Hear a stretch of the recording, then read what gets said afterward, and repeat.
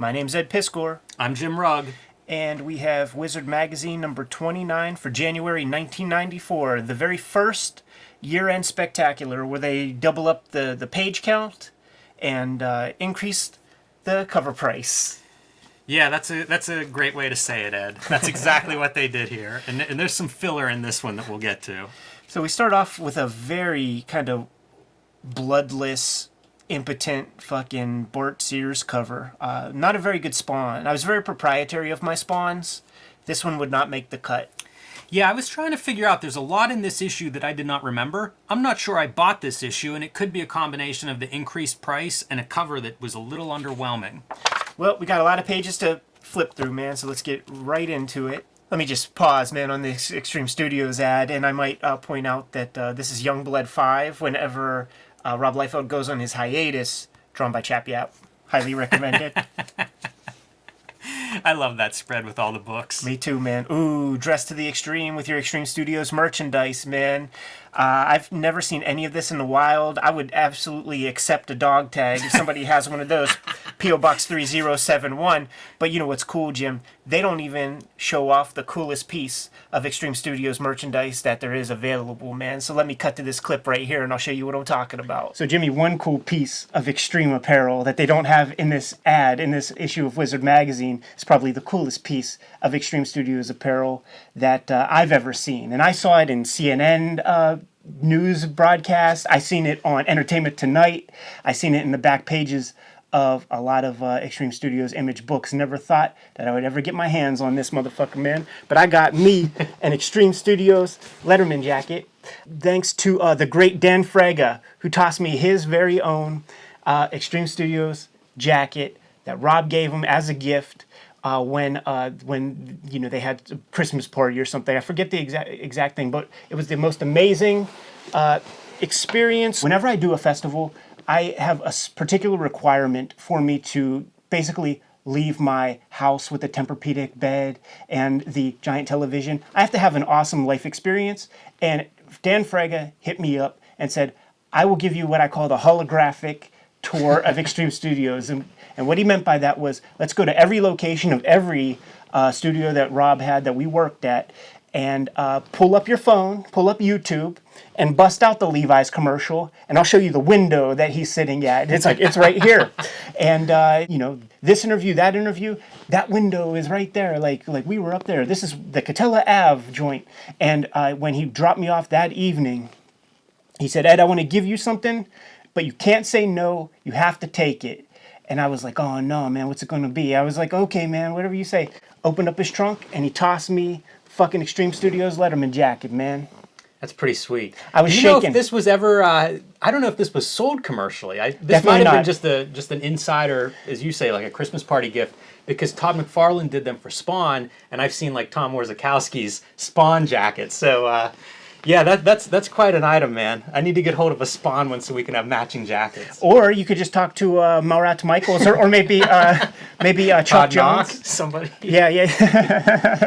Get my Rolodex of extreme artists. What do you say, man? Back to this Wizard episode? Let's hit it. How cool was that, Jimmy? Very impressive. All right, let's keep this issue rocking. This is an amazing page of stuff. Yeah. Look at that Bad Rock model kit, $105.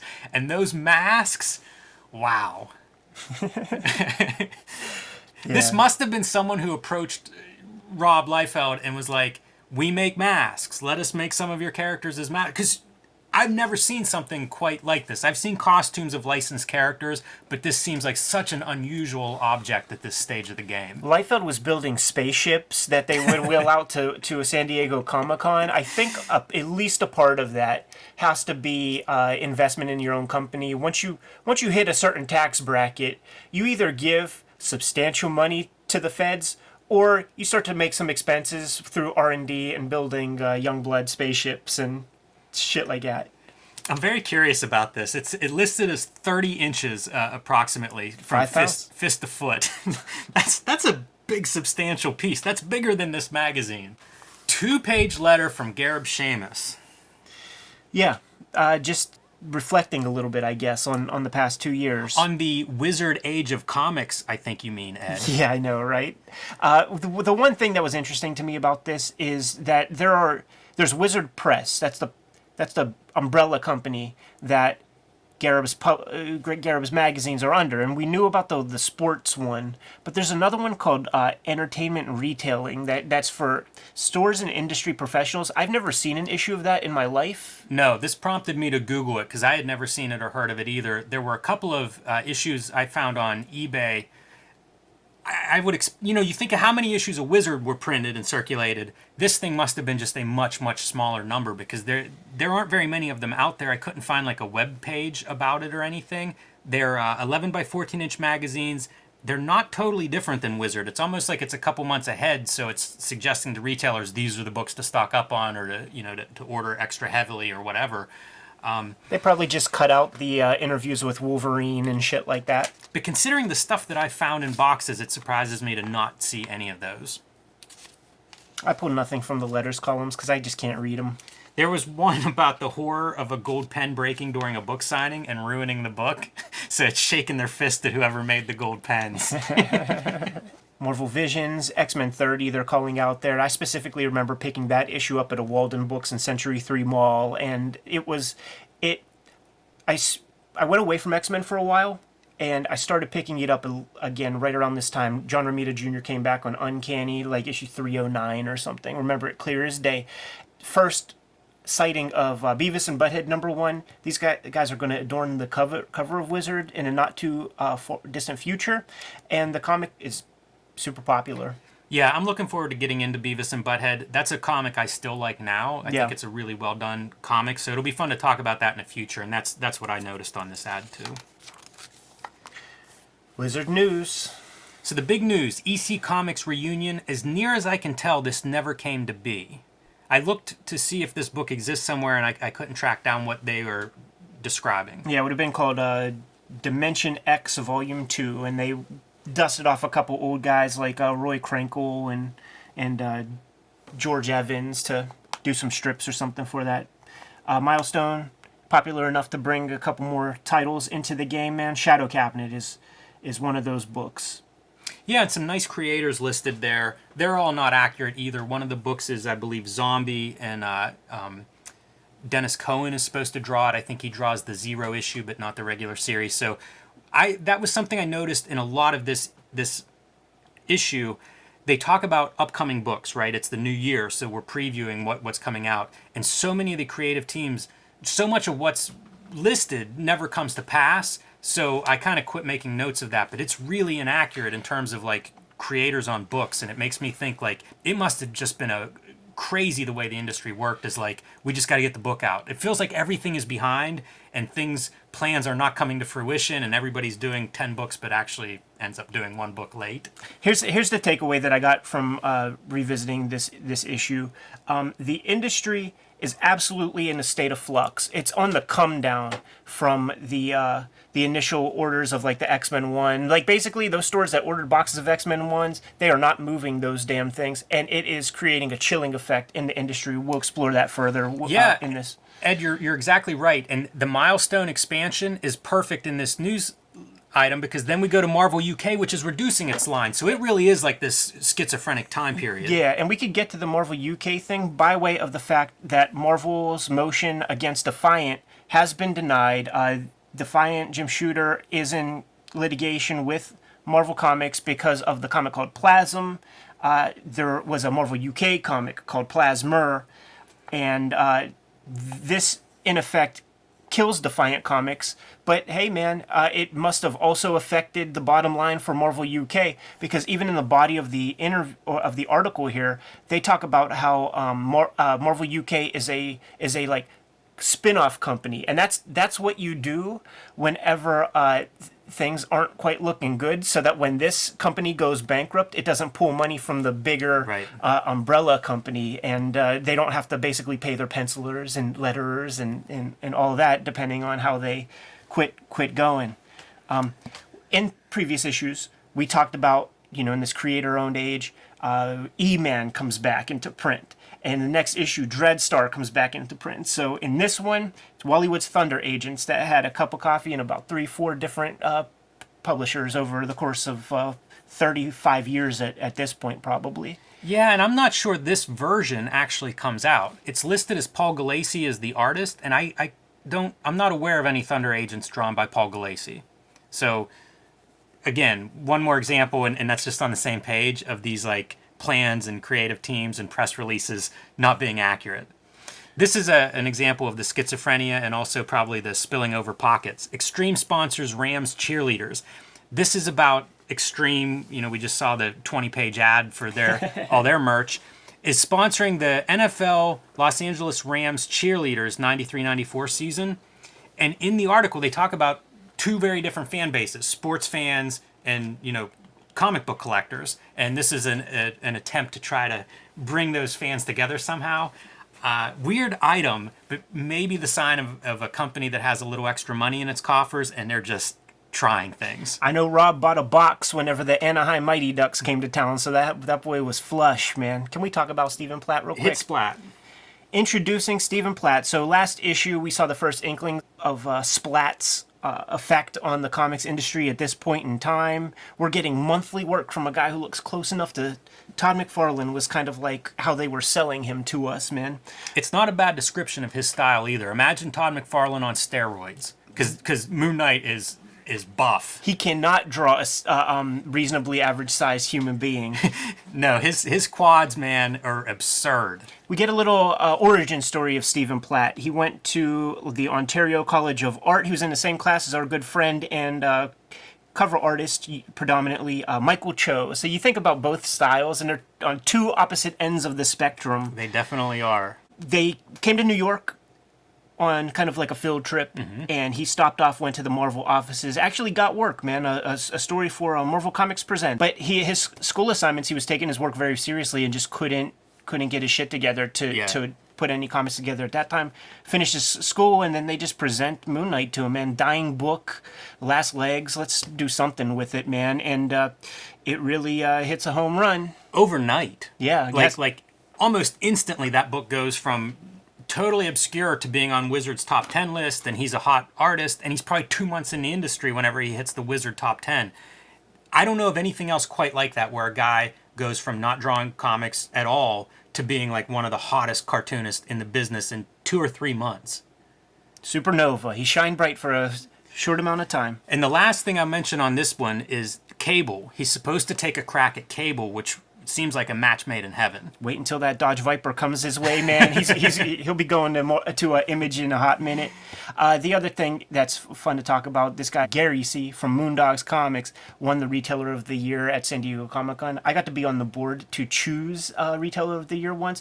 It's taken very seriously. The guy who runs it is, I think his name is Joe something. He ran a store out there in Cali, and you got to watch videos. You got to score things on all sorts of different levels. It was a fun thing, man. I like hearing that. He's doing a radio show as part of the second paragraph of that plug, is that he's also doing a comics radio show. That's awesome, man. Marvel endows new scholarship to the Kubert School. So when I was a kid at this exact point in time, there would be in all the Marvel comics, there would be this kid, Brandon Vietti, 19-year-old kid who won the scholarship, standing there in the B-boy stance in front of the Joe Kubert sign with Spider-Man. And that is the image, and that is the article I brought to Mom. And was like, Mom, is this a book that you send away for a how-to guide? And she's like, oh, no, that's like a college. You go there after high school. I'm like, that's a bet. I'm going. Yeah. I'm going there. Wizard looks back on EC Comics. Couple of pieces from this. So EC Comics I know of as Bill Gaines and all this, the horror comics, right? Tales from the Crypt.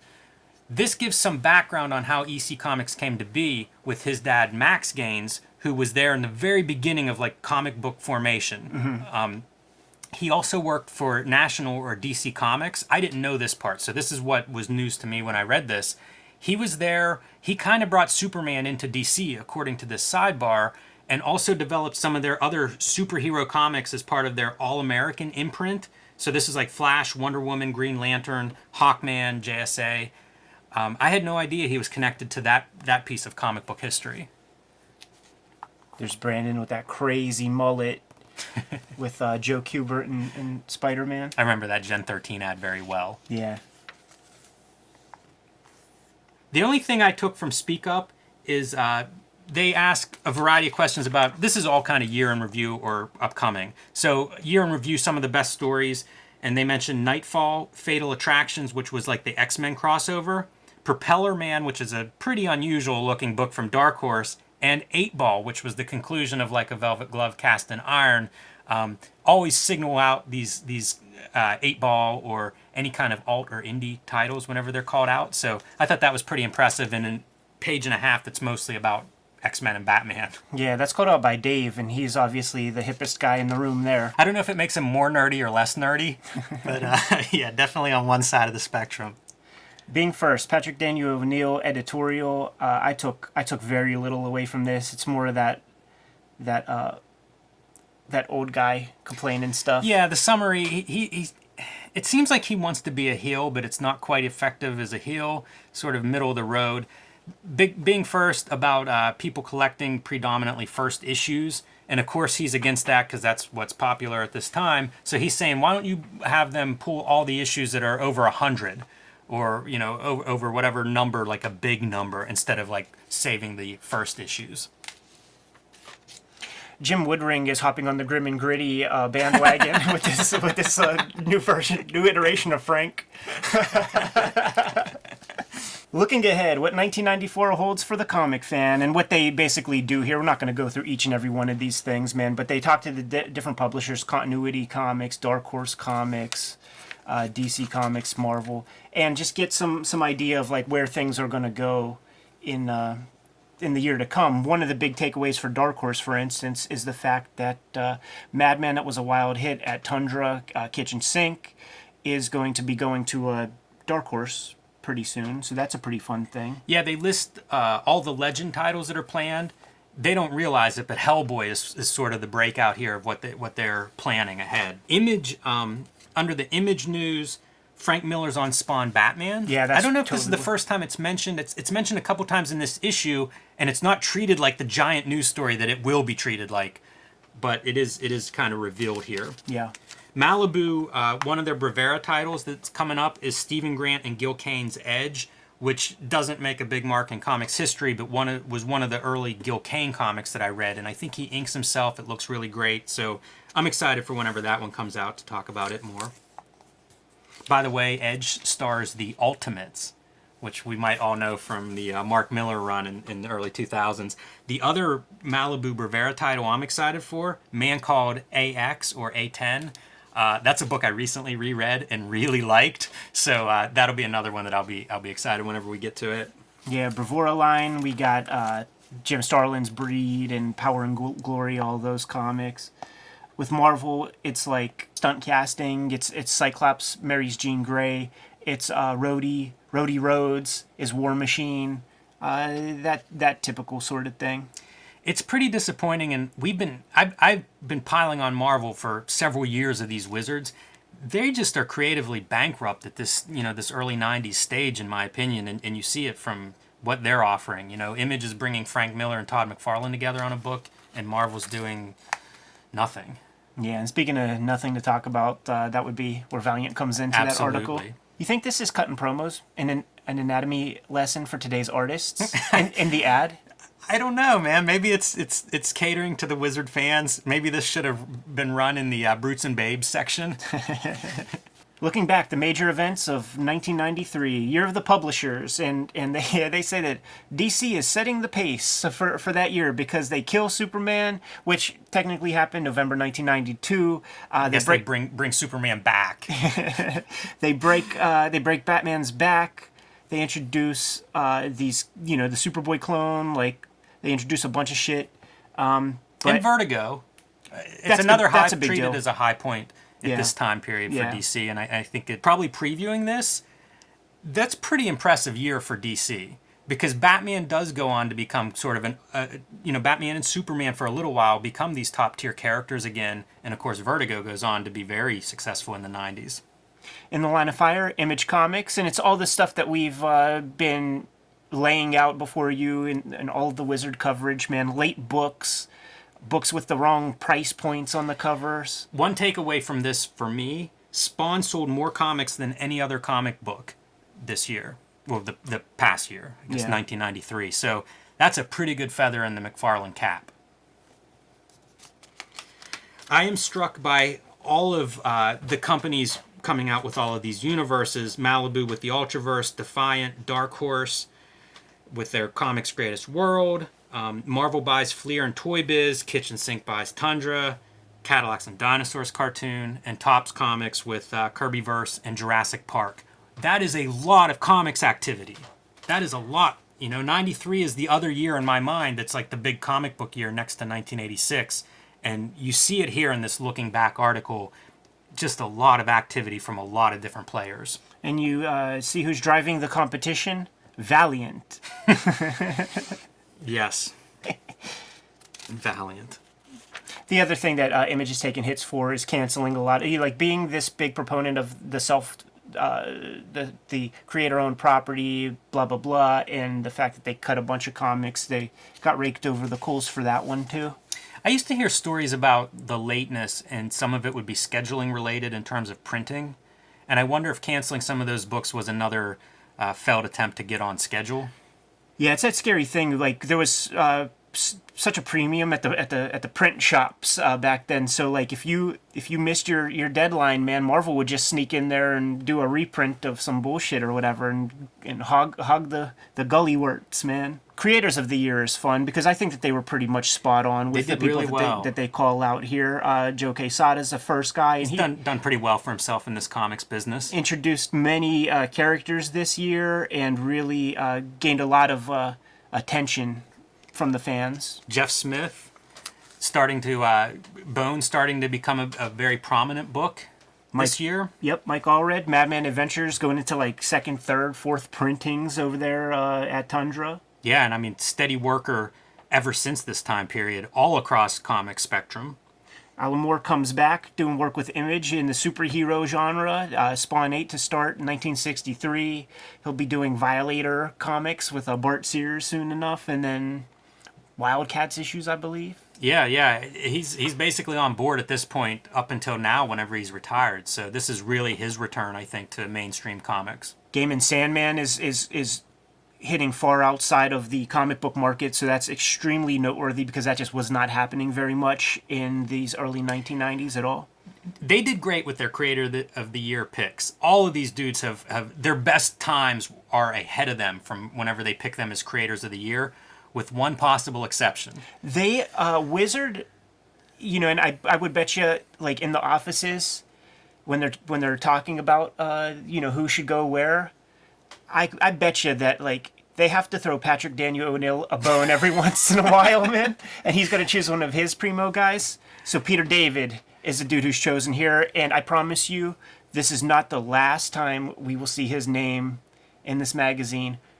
Over and over and over and over again. Yeah, Future Imperfect was really important to one of these guys in the Wizard staff. I don't know who. Well, and he was one of those guys very publicly feuding with Image, and he was writing, he had his opinion piece in Comics Buyer's Guide, so he had a bigger footprint than we're giving him credit for, but it does feel like this is probably the peak of Peter David's, popularity, notoriety, whatever position you want to take on the guy.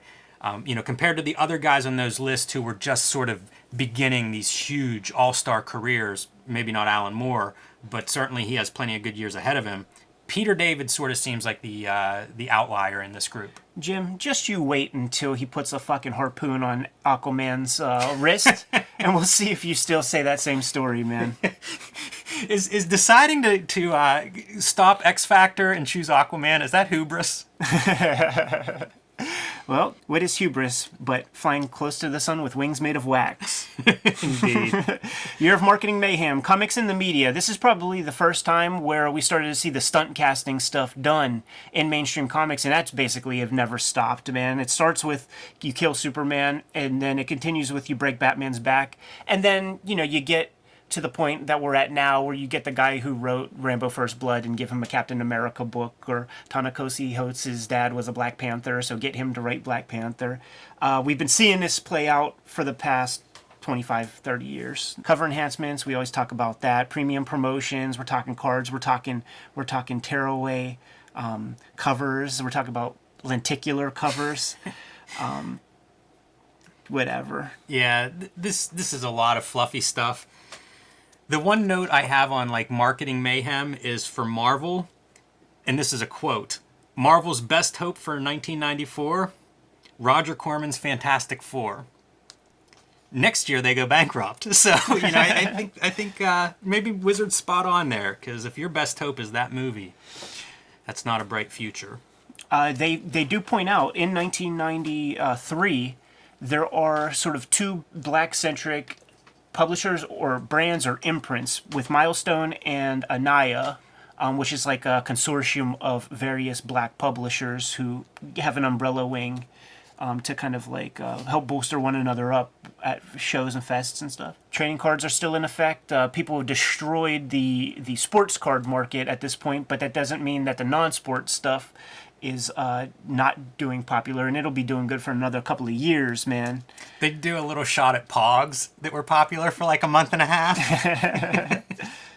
A brief trend they described Pogs as. And the year remembered, it sort of ends with a pretty apt an apt kind of review of like the year. This is the year that comics went from being a hobby to being a full-on industry. That seems apt. That seems correct. They have back issues, the year back issue reviews. So back issues are dominated by Valiant, Batman, and Superman. Recent back issues. They also list like Bone #1 and Cry for Dawn #1. I want a back issue report for 2019. Are back issues a thing at all anymore? I hope not, because I sure would like to grab some more. I don't have enough in this house. This is a great centerfold, and not because of the cover. Not at all. But the ad on the back side. Yeah, you know what I always marveled at was this. Yes.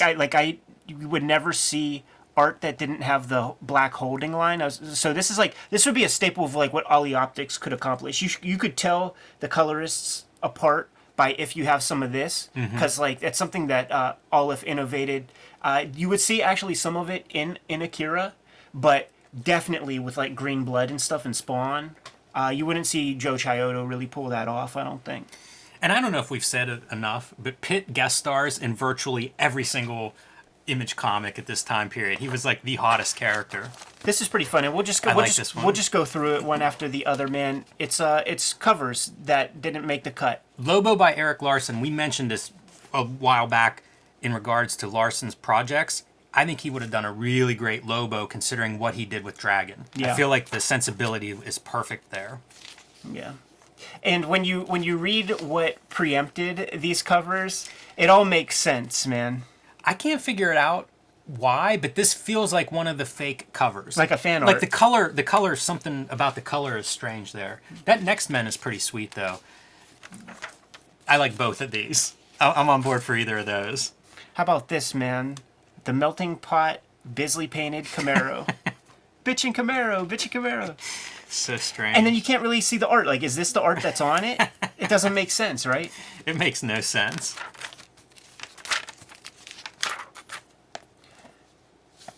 Brutes and Babes, designing a superhero character, and I love that on the spread, all you see is like this like demon. Not very good. Underwhelming. He has exercises about creating characters just from the name. This is a wizard contest, and what you have to do is identify all 20 of the hands that are sticking out from Spawn number 10, the Dave Sim issue. Yeah. I think that's a fun contest. No, I do too. See, what I thought you were going to point to is like, yeah, we could figure them all out, but who the hell is this yellow hand? Ah, I see. You know? Yeah, you may be right about that. Yeah, like what is that? Who has a yellow hand? That's probably not too hard to figure out, right? I'm guessing that's a DC character. I mean, there's the yellow Flash. Kid Flash.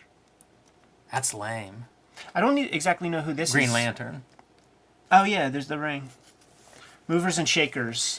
This is where we start to cut a promo. This is the dumbest thing to have in here. This is like staff of all of these publishing companies. So if you picture, who's buying Wizard Magazine at this time? Is it a bunch of like 13-year-olds? Because if so, who's interested in this? They're listing degrees of like chief financial officers and treasurer, secretaries, assistants. Like, what are you talking about? I will say this, because for the Kayfabers out there, I didn't skimp on reading this crap, but Right. it is crap garbage, and I can't believe it takes up like 6 pages of this magazine in finally 3-column fine type.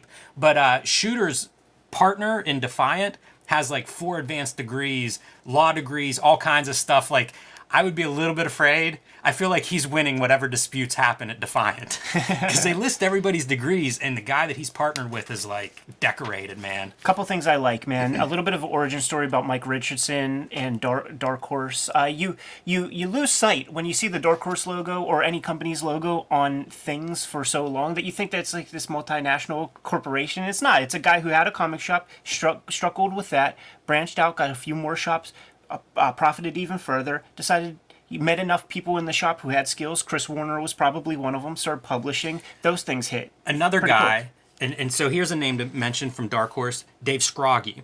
Dave Scroggie comes from Pacific Comics, which was a distributor.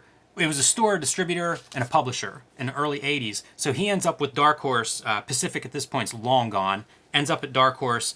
But I think that that's a name that you'll see if you're looking through like direct market history. Dave Scroggie's a name that comes up now and then whenever we're looking into that history. So he was at Dark Horse at this time. Right here, also the Steve Geppi piece, man, is pretty fun, where it talks about how he was a mailman early on and then built up his business. It's an incredible success story. To go from a mailman to minority owner in Baltimore Orioles, like, it's pretty amazing. Yeah, even right here, the business is worth over $200 million, you know, so, yeah, you know, he does look like Artie Lang, man, but he doesn't have any of the demons of an Artie Lang. Doesn't that look like Artie? It does. Is this just a picture of a fist? It is. It's a picture specifically of Jim Shooter's fist. Wow. Blown up. Strange. Yeah, but that's all. Bullshit article, really. That covers many pages. And doesn't Steve Mazurski look the way you think he should? Why would this be in Wizard Magazine? You know who this looks like, man? If we could just pull out, if we could just pull out this issue. Is he in the first issue? Oh no, he's not, right? You know what I'm talking about. We have to find it now. Yeah. Is he on the first page? Yeah, he's definitely on a splash. Those plugs. As I was saying, man, you know what Steve Mazurski looks like, man. If we just grab this issue here of 8 Ball, like, take a look at that guy right there.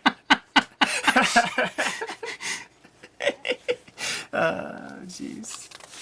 Bunch of douchebags.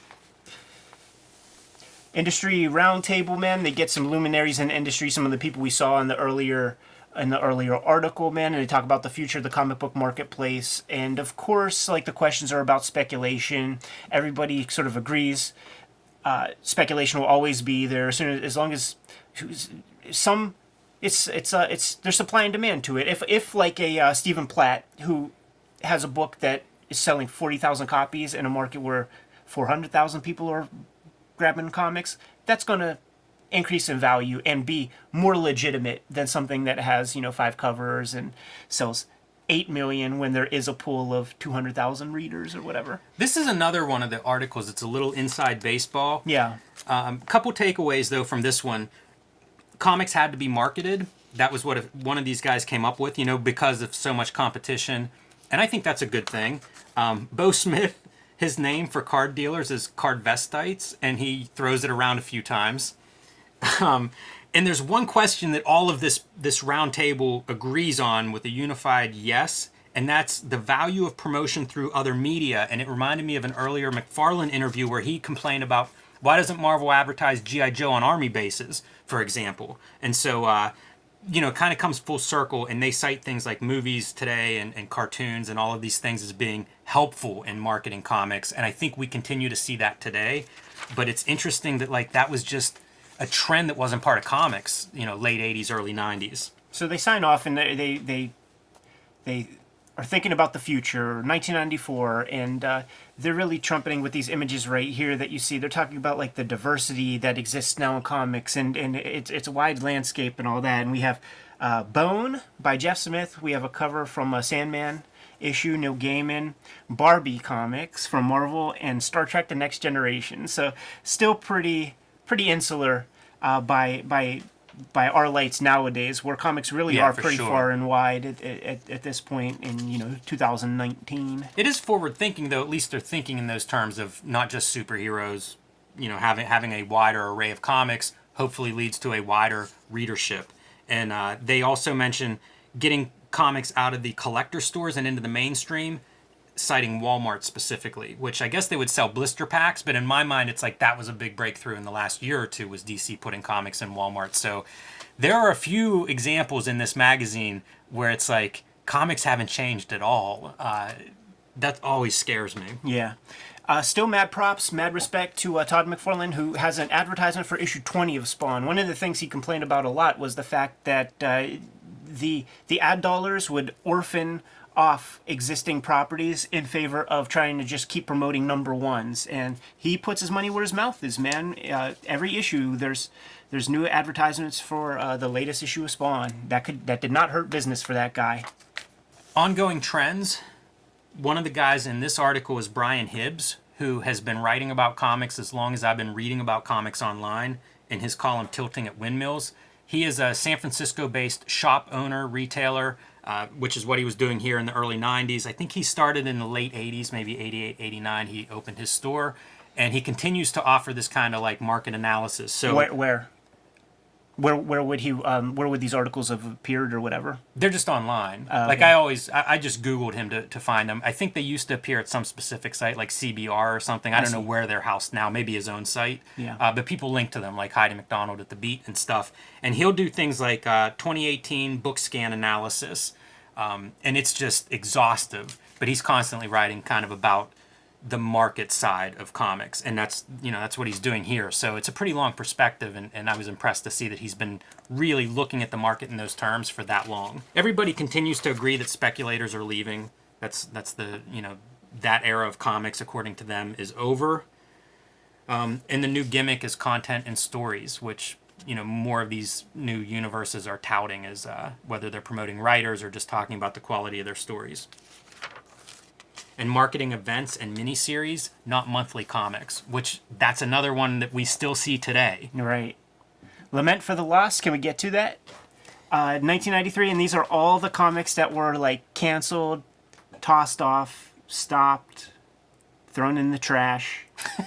Young Indiana Jones, Blue Lily, for Dark Horse, Justice Society of America, which is actually a really beautiful comic drawn by Mike Parobeck, who would then jump onto Batman Adventures, and we lost him far too young. That one disappears. Hawk World, the Hawk World series. Like, basically everything that they mention, you really can't find in the quarter bins right now. Like, nobody's like really like looking for that. Once again, the Image books that got tossed, man. Shaman's Tears, Tribe, Trencher, those things are gone. Wildstar. Poor Dan G. Chichester, man. He had the most stuff. Yes. Hit the cutting room floor, man. Terror Inc., Night Stalkers, and Pinhead. Yeah, it was a hard year for him for sure. One of the books I cited, Cage. Right. Dwayne Turner was the artist on that. I was a fan of that character, so I was excited whenever this book came back, but it was super verbose. Yeah. I remember, picking it up and being disappointed, like I couldn't really read it. It was just all words, and even a little bit disappointed in the art. I think trying to draw pictures around all the captions was a little bit tough, so kind of disappointing. And Mirage Comics is going to kind of revamp their line or whatever. That's what they're calling attention to here. This is a funny story. It is. It's interesting, man. And let's set it up with the fact that we are recording this in 2019, and Walking Dead recently completed its run, and it completed its run several issues before it was supposed to. Robert Kirkman pulled a swerve by putting different information in the solicitations in the Diamond Previews catalog to kind of throw everybody off the scent, which is kind of like what you need to do in this internet age where there's this hard to surprise people. Yeah, for sure. But they pulled similar tricks back in the day with this Exiles thing. Yeah, so Exiles runs 4 issues, and then the team messes up and gets killed or whatever, and the book ends. But they had solicited additional copies, so nobody knew it was ending or what was happening. And it's pretty interesting because they talk about, from a storytelling point of view, it lets you know that anything could happen. You could make a mistake and it could be fatal. I like the idea here. I didn't know this happened, though, also from the perspective of 2019 and knowing Ultraverse. I had no idea this happened, so I guess I wasn't an Exiles fan ever, but it's a cool idea. Yeah, and very interesting from a storytelling point of view. And then the last part here lets you know that it's terrible for the retail point of view. It harmed the relationship with some stores. It made people think that they couldn't like trust these guys because it really was just bullshit. The story it continued like if like Kirkman couldn't do that if it was like in the middle of the run or something. So it was kind of like a nonsense thing that they did to just try to like drum up very immediate interest, but there was fallout. Hardly recognizable. When we talk about like all the stunt casting that's been done, they have to shake up all the characters to get anybody interested in them ever again. So you got to put a mullet on Superman and make him get married to his old lady after 55 years and try to make him more domestic. That's literally what they're talking about. Like, yeah, he tries to have human problems now or something. And then, of course, you got Azrael, and even the Robin character is supposed to be more developed or whatever at this point. Daredevil, like the crime in New York, man, is getting so bad that he needs new gear to like some extra padding and shoulder It's such a razor quaint blades. time in comics when you could switch like a costume and that was a big deal. Right. Like nobody gives a shit about any of this stuff. That's a great Colossus drawing, John Romita Jr. Yeah, and that's when he comes back, and it was Dan Green with him back as well. Like I really like the art on that shit, but you can't read that junk. It'll make your brain cells go away. Ooh, look at that image, man, of Magneto ripping the adamantium from Wolverine's body. Oh yeah, and then things happen with Valiant, but I didn't read that. By the way, this Kindred ad, drawn by Brett Booth, tell me that doesn't look like just a piece of fan art. Like, it is so wonky. It is, but I always think of Booth as like the Jim Lee, Todd McFarlane. If those two merged, you'd get Brett Booth. I thought he was all right, man. I dug Brett Booth. I probably bought a few issues of Kindred back in the day. Necrology. People who died in comics this year. The only one I pulled is Marjorie Henderson Buell, the creator of Little Lulu. And my attachment to Little Lulu is actually the Western Gold Key licensed comics that were done by John Stanley, and I still love those comics. Like some of the most readable stuff out there. Yeah, you would see the name Marge above the masthead in those Little Lulu John Stanley comics. So it's cool to get a little bit of insight into Marjorie's work. First off, I didn't know she was really a cartoonist, and where the original Little Lulu stuff would appear, Saturday Evening Post, and it might have been single image cartoons. So I'm going to investigate some of that myself, and I would like to maybe get a reprint of some of that. But obviously, the big dog who passed in 1993, 10 bell salute to the great Harvey Kurtzman, who created Mad Magazine. Yeah, and we've talked about quite a bit. Brandon Lee, we've talked about. Yeah. So. The others are Andy Mangle's contributions to the gimmick. This is one of the worst things I've read in Wizard, but I will say this. McFarlane buys Marvel. I remember this thing as after Marvel's bankruptcy, there was talk about this. Mm-hmm. I don't know now if that actually existed or if it's because of this dumb article. Alan Moore would do Marvel horror titles at this point for 1973. This is an idea I absolutely love and would buy right now, and I'd pay more than $25 for them. Warner Books gets Vertigo, which is kind of what has happened in real life. Cerebus ends. Yeah, in 2003. That's the one thing that Guess happened. what? That one worked. Yeah. 100% true. Who would guess it? Yeah, that's the one thing that did happen. The other note in there, Todd McFarlane Productions buys Miracle Man, 1993. When did he acquire that? Because it's really strange. Like, there's a whole big fake story about McFarlane and Miracle Man. Was he buying Eclipse at this point? Were they out of business? Like, it's, I don't know. It was kind of uncanny to see that, and I probably should have looked up when exactly he bought it, because it's a weird thing to write about. Sure.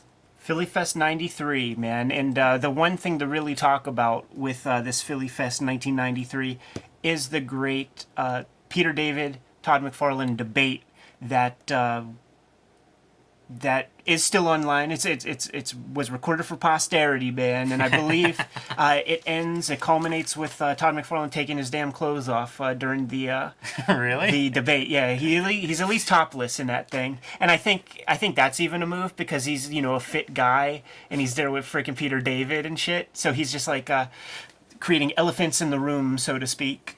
This is a lot of fluff. Wizard co-sponsored this big comic convention in Philadelphia. 30,000 attendees, Lollapalooza of the comic world.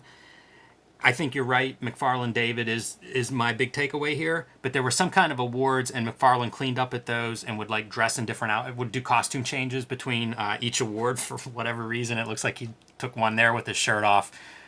It's kind of a fluff piece though, because I think they have interest.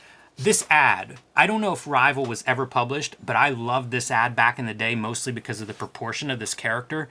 His arms are bigger than his legs, Yeah. and it's just hard black and white art. Looks like maybe a time whenever Jim Lee was still on the Frank Miller Sin City kick with like some of the line work. It reminds me a little bit of that, but that was an ad I always wanted to see that book. I thought it looked really cool. Yeah, it's interesting. I've never seen this ad. I don't know anything about that. Was it ever published in the comics? Not as far as I know. Yeah, I don't think so. Hollywood Beat. Yeah, it's not Andy Mangles this time, man. Is he done? Do you know? Oh no, he was definitely writing that shit whenever I was reading Wizard magazine. First thing they're talking about is the pilot that Rob Liefeld is invested in, man, to try to sell this thing to Hollywood. Doesn't quite cool. happen. Yeah. That's a great shaft. There's some images online from about 8 seconds of animation. The big thing to call out here that's real fun is creation of the Cartoon Network. Yes. Yeah, there's a robust coverage of that, and that is the piece that stood out to me, too. Yeah, and one of the shows that they're talking about that would be original content would be Space Ghost Coast to Coast, and eventually those are, at the very least, maybe even fully written, some of them, by the power couple of Evan Dorkin and Sarah Dyer. Yeah. They have the top 10 movies of 1993, and I thought that was kind of an interesting list if you wanted to go through those. Yeah, let's do it because it spoke to me for the simple reason or the simple fact that movie stores existed, and it made me think about how much pop culture has influenced my life because I've seen every fucking one of these movies. Of course, yeah. You know what I'm saying, man? So the top ones to root this issue in a period of time, man. 1, Jurassic Park. 2, Aladdin. 3, Home Alone 2. 4, The Fugitive. 5, The Firm. 6, A Few Good Men. 7, The Bodyguard. 8, Sleepless in Seattle. 9, Indecent Proposal. And 10, In the Line of Fire. I don't think I saw that one, actually. Clint Eastwood. Oh, yeah, I definitely didn't. I was moratorium on that. My dad watched too many Westerns. Hated that guy's face. Interesting. Yeah, those the first several there have all been remade or are being talked about being remade. Isn't there a new Home Alone in the works at this point? I don't know about that. Is it the Disney Network? It's one of the new networks that's starting up the streaming services.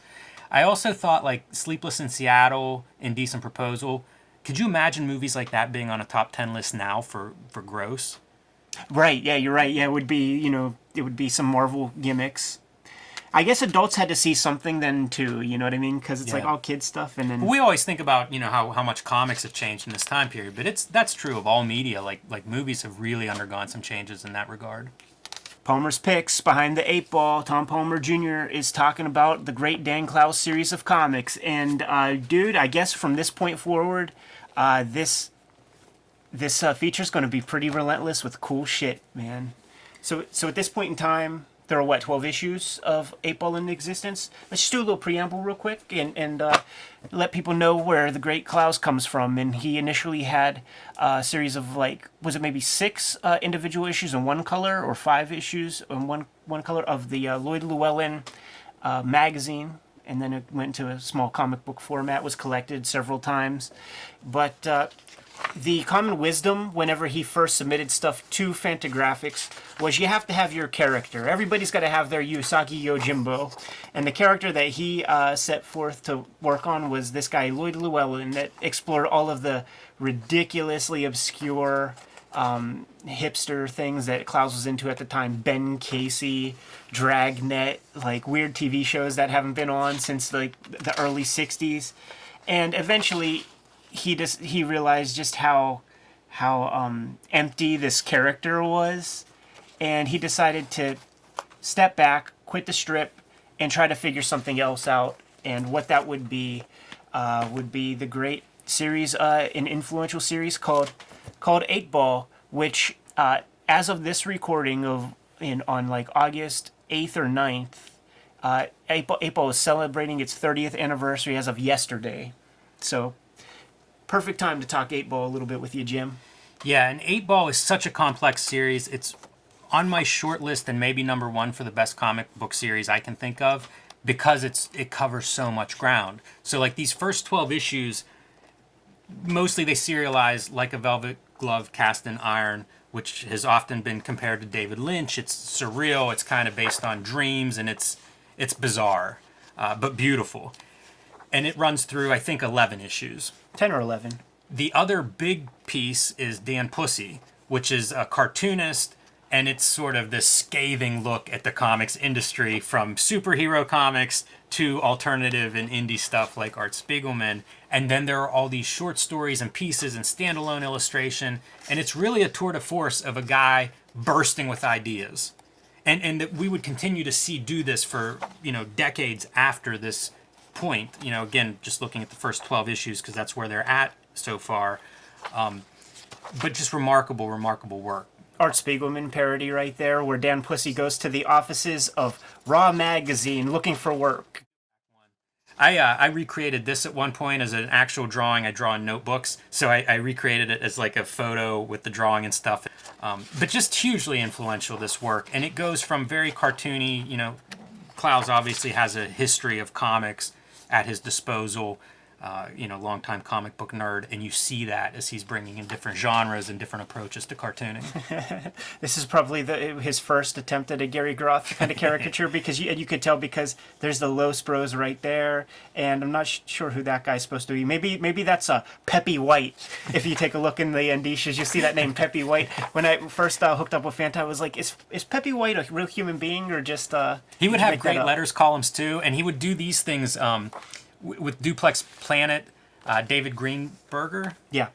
Where David Greenberger would interview people at a retirement home where he worked, and he would make zines, and different cartoonists for a short time did comic adaptations, and that's what some of these questions are in the back. So like even the throwaway stuff, the one-pagers, the back covers, even they stand out as awesome. One of the first great comic book art shows I ever saw, featured 2 pages from Dan Klaus, and they were letter pages. So like, he was even approaching letter pages from the point of view of like, how do I make this good? Yeah, and here's an example right there.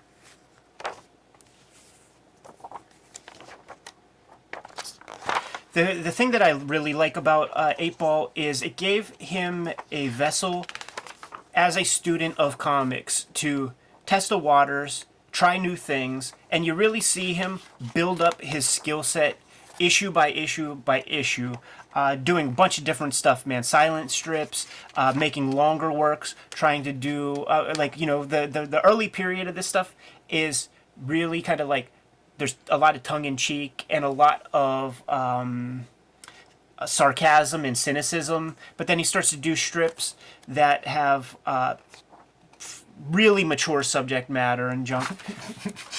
Look at that, man. Harvey Comics.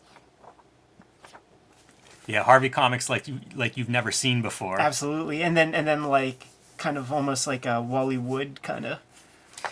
He also got to play with production. So we're seeing like color and stuff on some of these covers and inside covers. We'll see like 2-color coming into some of the signatures. So it's not just stories that he's experimenting with, but also the production side of it. Yeah, and it's totally worth noting that even back in the Lloyd Llewellyn days, the book was created, written, penciled, inked, lettered, and designed by Klaus. So from the early days, this guy, he went to Pratt. Let the kid use his full superpowers that he got from art school. Yeah. He paid enough to go there. And this is not to be taken for granted, the fact that they got a couple colored pages in there. I don't know about you, Jim, but I thought that I was going to be destined for a life in black and white comics. before we started doing business with China. But like, in order for Klaus to get color, they would invest in one signature of color. So you might get some color there, and then you get color here because the back, like say 4 pages, are really, it's like a sheet of 8 that gets folded over again, cut, and like that's your color. That's the material you get. That's a real estate you get for color. He would do a lot of like there'd be a page of like merch and ads. Yeah. And I was always a fan of that stuff too. And especially like these silk screens, like there'd be limited edition prints and things now and then that would just be spectacular, and they are impossible to find now. Yeah. Art School Confidential's in one of these issues. Issue 3, I believe. Okay. I think. Art School Confidential, issue number 7. A three page strip turned into a feature-length film. Yeah, and that's one of those strips that kind of broke out. There are a lot of stories of like art students would photocopy this and put it up on pin it up on their boards at school. Very scathing. A lot, Ed, you made that comment, but like a lot of these strips are very scathing with whatever they're looking at. There's some that look at religion, but this one looking at art school, I think a lot of people that would read this comic could relate to this. And he takes a few jabs at art schools in this first 12 issues. So these issues, you could find them, man, but they're going to set you back a little bit. But thankfully, the great Fantagraphics has recently created this 2-book slipcase set of the first, I believe, 18 issues of the great 8-Ball series. Once again, this book was beautifully designed by Dan Clowes. Even the inside of the slipcase is beautifully designed. Like, check that shit out, man. But we would be remiss if we split from the Clowes coverage if we don't talk a little bit about one of the strips that starts in around issue 10 or 11 called... I think number 11. Yeah. Probably if you're watching this video, you've heard of Ghost World. Yeah, so stop the presses, man. Scarlett Johansson's first comic book movie was not as the Black Widow or whoever the fuck she is on those gimmicks. Yeah, such an iconic comic. This was hugely influential to me, and going back and looking at this, one thing that impresses me, a lot of his it's written in a very different tone than a lot of his other stories, which will have a narrator, first person sometimes. This has no narrator for the most part, so we just see these. What we learn is through dialogue, something that he is known for. So this is sort of an example. You're starting to see that growth coming out. And this guy never settles down. Always very critical of his own work, always fixing, amending, and changing things. So whenever the Ghost World movie comes out and they do the actual like Ghost World collection, he went in and redrew many of the faces to look a slightly bit more like a Thora Birch and a Scarlett Johansson, and it also gave him opportunity to maybe fuss around with a couple other little things here and there. But the way he achieved these colors, it wasn't CMYK or it wasn't Photoshop files. He used an old technique called amberlith overlays, where you would get this big piece of plastic film that had another plastic piece of like transparency, like that would be like an amber color. You would cut those out. You would have to register them, tape it down to the artwork, and you would cut around the things where you wanted there to be color, because you're suggesting this for the printing press whenever they add your process color or whatever. One drawback of that is that over time, with heat and moisture and humidity, all the amberlith, he has all that material, and a lot of the amberlith is like shrunk. Don Knotts, man, it was like, he's a Dan Clowes character, like lost in time. You know what I'm saying, man? Like, it's like Clowes sent him back in time to Andy of Mayberry. I always had a Don Knotts framed 8x10 at my work desk. So the collections for Dan Clowes comics at this point would have been Like a Velvet Glove, Cast in Iron. That original collection has my favorite cover of that, because new covers have been done subsequent printings, but that original is amazing. Yeah. Lout Rampage and this one with the profanity, comic book profanity collection of Lloyd Llewellyn. I bought both of these around this time. And other stuff would be tchotchkes, coffee mugs, T-shirts, shit like that, man. If you work in an industry where there's a comic costs what $2.95, you get 8% of that. He's selling maybe 19,000 of these on a good month. You better sell some coffee mugs, and you probably make a bigger royalty than you do your comics, which you fucking are pissed off at it and you hate. But those chickens came home to roost. Yeah, I think that worked out. But I would always love the hand-drawn page of merch that would appear in those things. He would do custom painted ties. He did, yeah. All kinds of interesting, odd objects. You could find those ties online sometimes too, man. But Dan Clow's a huge influence on the Kings of Kayfabe here. And just a preamble for the next issue of Wizard. It's going to be, his tag team partner, Pete Bag. And we're going to talk about neat stuff and hate. Yeah. I have all those issues right over there. And their tag team name, of course, Hate Ball. Genius. Toying around with Brian Cunningham, best toy figures of 1993, keeping in the spirit of the year-end extravaganza. So let's go through a couple of these, man. The G.I. Joe Star Brigade Target figure. 9 is X-Men's Bishop. 8 is the animated series Scarecrow, which is also, when they did a reiteration of that would have been designed by Kevin Nolan. 7, X-Men Strong Guy. I had that figure. 6, Aliens Alien Queen. 5, some Star Trek bullshit. 4 is worth noting. It's this one right here, the G.I. Joe Hall of Fame's Destro figure, because this is a big figure, right? And it cost I think $30 or $60 when it was in the store, and the promise was that it's a removable mask.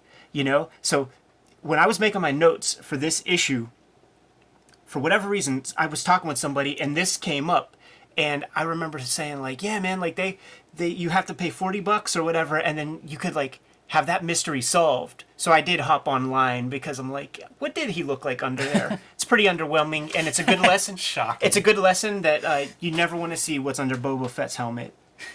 Let's see. Jurassic Park Tyrannosaurus Rex figure. 2 is X-Men's Apocalypse, which I have that toy also. It's not that cool. But number 1 is Batman the Animated Series Man-Bat figure, another Kevin Nolan gimmick.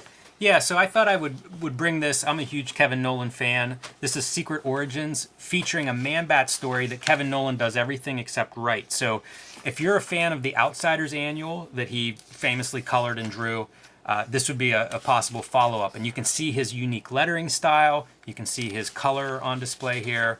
And Kevin Nolan's just one of my favorite cartoonists, and we don't, there's not that much of his work out there. And I think this is one of the standouts. And I have pulled these out of quarter bins and dollar bins. So this is an inexpensive book that's available, and you can see him using that great magenta-rich color palette. Looks great on this paper. I'm sure it looked good the day it came out, but it's really aged well on this yellow newsprint. Such a cool final shot of Man-Bat. Yeah. And then the backup story is a Grant Morrison Animal Man origin, which I had as a little kid in a digest reprint and loved it.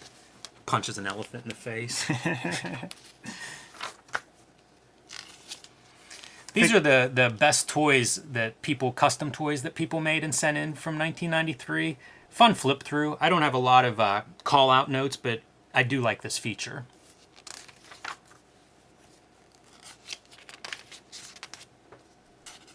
I think that Nexus looks really, really strong. And Todd McFarlane figure made on top of a Rambo figure. Perfect. That's a fit. Comic Watch. Daredevil 168. Usually they would reserve this space for comics that are reasonably cheap. Some stuff that is highly accessible, but they made some exceptions right here, man. Daredevil 68, famously first appearance of Elektra, and in fact her name is misspelled there on the cover. But she just recently came back into the fold in the Scott McDaniel Daredevil series with the weirdo new cover. So, I think this cover is the cover to the artist edition with the Frank Miller Daredevil pages, and I believe 168 is also the first issue that Miller takes over writing. Yep. One of the mythic runs in Marvel Comics history. Pretty cool to see it here highlighted. A very celebrated comic all around. And in this era of Wizard, nice to see that. Nice to see a good book for a change. Right. And they're doing a twofer, man, because Sandman number 22 is a good book as well. First appearance of the character Daniel, and if you know the series, you know the importance of the Daniel character. What's interesting here is that I think Sandman might be still in the issues in the 50s, so they don't even necessarily know the exact importance of the character. But yeah, there's some speculation. We'll leave it at that, man. Go read the comic. Picks from the Wizard's Hat. Jimmy, you pull any of these bitches? Not on this page. Yeah, Sandman 57 with Mark Hemphill art. That's a good issue. Daredevil Man Without Fears wrapping up. Third issue of the 4-issue Lee Weeks Gambit. I did pull one here. John Byrne's Next Men, Faith, number 3 of 4.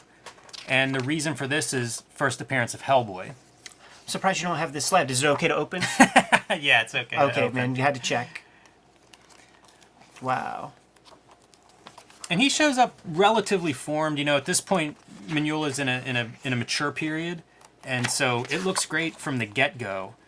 And I believe this first appearance is reprinted in the Mignola Hellboy Artist Edition. But pretty cool to see it here. And that's the initial team from Seed of Destruction. So you have John Byrne's writing and lettering over top. Frank Miller's Sin City: A Dame to Kill For is underway. Savage Dragon number 7. We're going to feature this in another video. It's an all splash page issue. This is a big showdown between Savage Dragon and his arch enemy, Overlord, at the time. So all splash page issue, kind of worth calling out. You don't see these in every month. And a bit of an homage to Walt Simonson's Thor splash page issue. No, I wouldn't give the spoilers for that Sandman issue, but I'm going to spoil this one for the Kayfabers out there, man. Because there's a couple of iconic pieces that are worth showing off. Savage Dragon getting impaled by the steeple, and then of course, there's so much tension in that. That doesn't feel like a dead hand. It's funny. This was I was reading this book as my favorite book at the time, and seeing Dragon get his ass kicked on that scale, man, I needed to see issue 8 and figure out how does he survive this.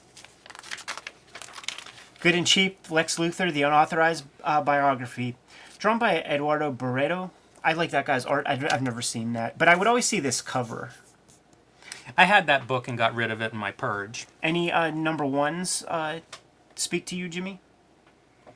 Not really, no. We'll keep it rocking. November 1993 Top 100.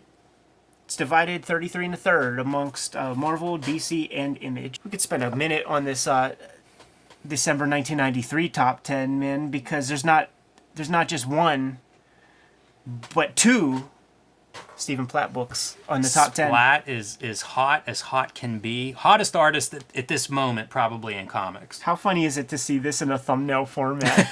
like when it's regular comic size, you can't tell what the fuck anything is, man. And certainly in this thumbnail, it's very intriguing, but god damn it, I can't tell what the hell I'm looking at there.